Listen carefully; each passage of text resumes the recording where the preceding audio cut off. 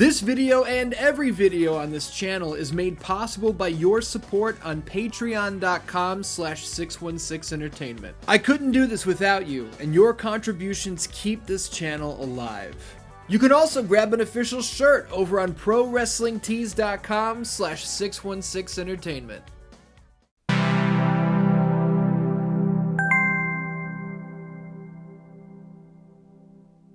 The Super Nintendo versus the Sega Genesis. This console war has been the topic of thousands of YouTube videos, books, documentaries, hell. There were cave paintings discovered in 1963 that seemed to depict this console war before either of these consoles even existed. Okay, I made that last one up, but the books and movies and everything else, those are real. The overall topic has been done to death, so I'm gonna zoom in a little bit. Rather than compare the systems and their respective libraries, I'm going to compare their versions of Mortal Kombat. This is definitely an original idea that has never been covered before, ever. Okay, let's really be honest. I've never done it before. How's that? What's up, Dan-Dans? My name is Ian. Welcome to Mortal Kombat Monday. If you're around my age, I'll be 32 in December, odds are you grew up owning a copy of Mortal Kombat, regardless of whichever 16-bit system you happen to own. Today we're going to go category by category. We're going to compare the different versions of this game and identify the positives and negatives of both. Now, I don't hand out scores when I review games, nor am I going to tell you definitively which one of these ports is better than the other. My opinion's no more valid than yours, so I'm not going to act like I have the be-all, end-all say on the matter. And with that said, let's not waste any time, let's get right into it. This is Mortal Kombat, Super Nintendo versus Sega Genesis. Now obviously, the main difference between the Super Nintendo and Sega Genesis versions of Mortal Kombat is the violence, or the blood code, as it were. I know many of you watching this have heard this a million times, but not everybody has, so allow me to catch everyone else up. I'll make it quick. Mortal Kombat took arcades, and by proxy, the entire country by storm. The level of violence displayed and even celebrated through the game's finishing moves, which are aptly titled fatalities, was enjoyed greatly by pretty much every person who played the game. But of course, not everybody was a fan. The US government threw a tantrum over the violence and nearly screwed up the entire video game industry for all of us by instituting rules and guidelines over what could and couldn't be included in any given title. Shame on people that produce that trash. It's child abuse in my judgment. Mortal Kombat and Night Trap are not the kind of gifts that responsible parents give. It ought to be taken off the market entirely, or at the very least, its most objectionable scenes should be removed. Luckily, the industry regulated itself, creating the ESRB, taking it out of the hands of the government before it was too late. It's worth noting that in 2011, video games were confirmed to be protected by the First Amendment, meaning we'll never have to worry about anything like this ever popping up again. Okay, so I told you all that to tell you this. Yes, the home console ports of Mortal Kombat are indeed censored to varying degrees. Unfortunately for owners of Mario's home console, the Super Nintendo version is censored to the point of being entirely bloodless. Sweat flies off the face of a fighter in place of blood. Hell, even the pit is without juice.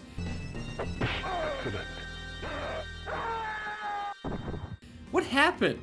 Did he miss all of the spikes and just die from hitting the ground too hard? The Sega Genesis version, right out of the box, is also censored. But it didn't take long for word of the blood code to spread around offices and playgrounds. ABAC-ABB. You remember it well, right? Who could forget it? Entering the code during this screen figuratively and literally changes the game. Get over here! Now, the juice is loose. What's a high punch without a burst of crimson to accompany it, right? The pit is once again gory as hell, the fatalities are fixed, and hey, let's talk about that. It goes without saying, the fatalities in the Super Nintendo version of this game are super tame in comparison to their arcade and Sega Genesis counterparts.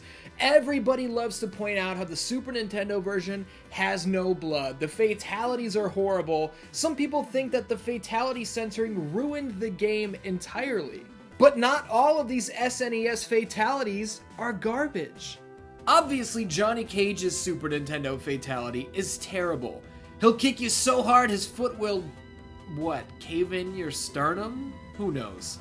So that's a garbage censor job, sure. But Raiden's censored fatality is awesome. He fills his opponent with enough electricity to turn them to dust. And let's talk about Sub-Zero's censored fatality. Look at this. Deep freeze and back fist shatter. Are you nuts? That is awesome. The Genesis fatalities are largely faithful to the original arcade version. Sub-Zero tears heads off with the spinal cord still attached. Raiden's electricity causes skulls to explode in a beautiful fucking bloodbath. Johnny Cage decapitates you with an uppercut. Man, they should have called it the decapitation code, not the blood code. I think it's worth pointing out that the censored fatalities on the Genesis version, prior to entering the blood code, are not the same censored fatalities from the Super Nintendo iteration. I classically suffered my greatest brain fart of all time by showing Sub-Zero's censored Genesis fatality and saying it was the Super Nintendo version in the History of Mortal Kombat Part 1. I knew this wasn't the Super Nintendo version, so what the hell happened to my brain? I fucked up. These Genesis censored fatalities are goofy too. Johnny Cage kicks you the hell out of the frame. With the blood code on, Kano rips your still beating heart out. 10 out of 10. Without the blood code, he tears off a piece of your shirt? Who knows?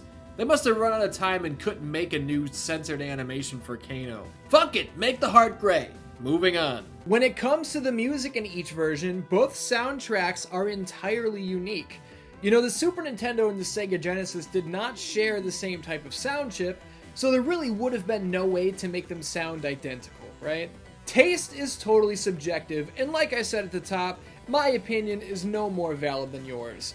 I happen to love the Sega Genesis soundtrack, but that does not mean the Super Nintendo offering is bad at all.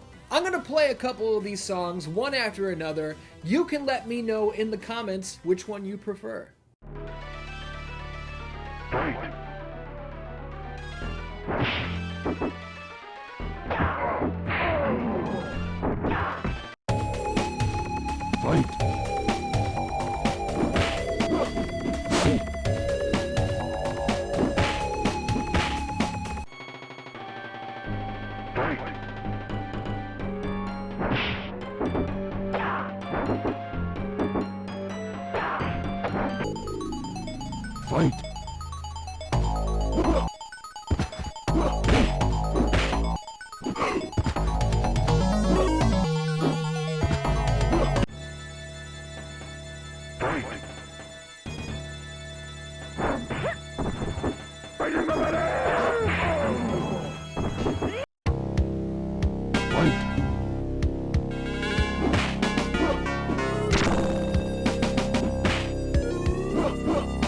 So there's an example of the musical differences between these two ports of the game. Like I said, let me know in the comments which one you like better. It's up for debate. What I don't think is up for debate is the conversation surrounding the graphical fidelity.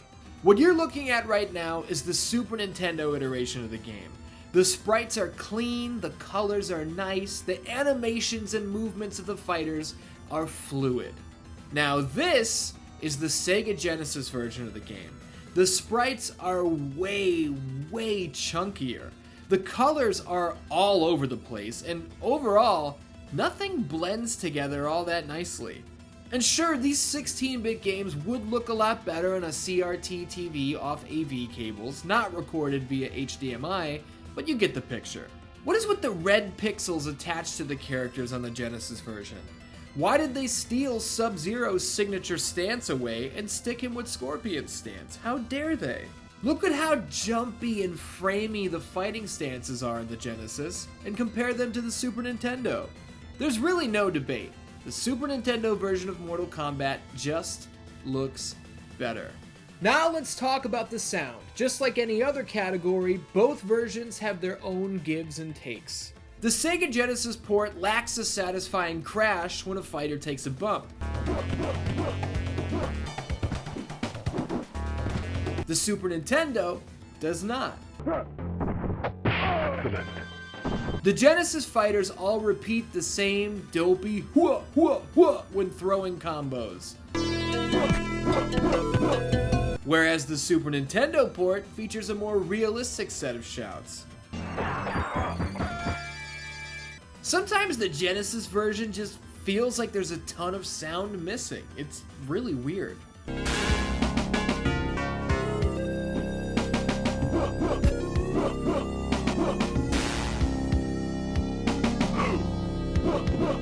When it comes to the controls, we've got to talk about, well, controllers. The Super Nintendo controller is arguably perfect. 4 face buttons, you got shoulder buttons, this thing is fantastic. Over on the Sega Genesis side, there are certain gamers that will tell you you need to have the 6-button controller. Now, when I was a kid, my brother and I didn't have a 6-button controller. We had the standard 3-button controller. Again, there are gamers out there who will say Mortal Kombat is terrible on this controller. I disagree. We're not talking about Street Fighter 2 here, where, in my opinion, Street Fighter 2's controls are more intense. You need those extra buttons in order to do everything you want to do. On the 3-button Genesis controller, start blocks, tapping A gives you what? Gives you a low punch combination. So how the fuck do I do a high punch? Just hold forward while you're tapping A. It's not that hard to figure out. I may have lost some of you there with this argument, but I think the 3-button controller will do you just fine. And if you think I'm wrong, just try it. I think you'll find it's not that complicated to figure out. Before we get the hell out of here, let me talk about a few cool things. Number one, I think it's awesome that Raiden's Fatality on the Super Nintendo is the only place this animation of the dust and skull falling is ever used on any iteration of the game. I was able to get a fight against Reptile while recording my Sega Genesis footage. Hell, I was able to challenge him twice. He jobbed me out in seconds, both times. But hey now, I did get a double flawless victory against Shang Tsung while I was recording my Genesis footage. And I'm going to play that whole fight for you after the credits, if you want to check it out. I think it's worth bragging about. I don't know if I've ever done that before. When it's all said and done, like I mentioned at the top, I'm not here to tell you definitively that I know which version is better, nor do I want you coming to me for answers on such subjects. Make up your own mind. You got a brain in your head, don't you? I prefer the Super Nintendo's graphics. I prefer the Genesis music. I definitely want the violence from the Genesis, but the Super Nintendo's got better sound effects. So you know what? Play them both? Don't play either one of them? I don't care. The game is 30 years old. You've already played it anyway. We're just having fun here. And speaking of 30 years old, yes indeed, 2022 is the 30th anniversary of Mortal Kombat. Hey Ed Boon, I know you're watching, right? You're definitely out there somewhere. How about a little Classics Collection action to celebrate the big 3-0? I would buy it. Pretty much everybody watching this video would buy it. Do you hate money? Do you hate lining your pockets? Because we're trying to line your pockets. You want to help us out here? And viewers, everybody who's watching right now, don't leave a comment saying all they're doing is the new Mortal Kombat movie packed in with Mortal Kombat 11. I don't believe that's true. I think there's more. I mean, there's got to be more, right? Dan Dance, thank you so much for watching this episode of Mortal Kombat Monday. I love making videos like this, and if you love watching videos like this, consider supporting me over on patreon.com/616entertainment. You don't have to, but if you decide to, it certainly doesn't piss me off. Until next time, I love ya, and I will see you soon.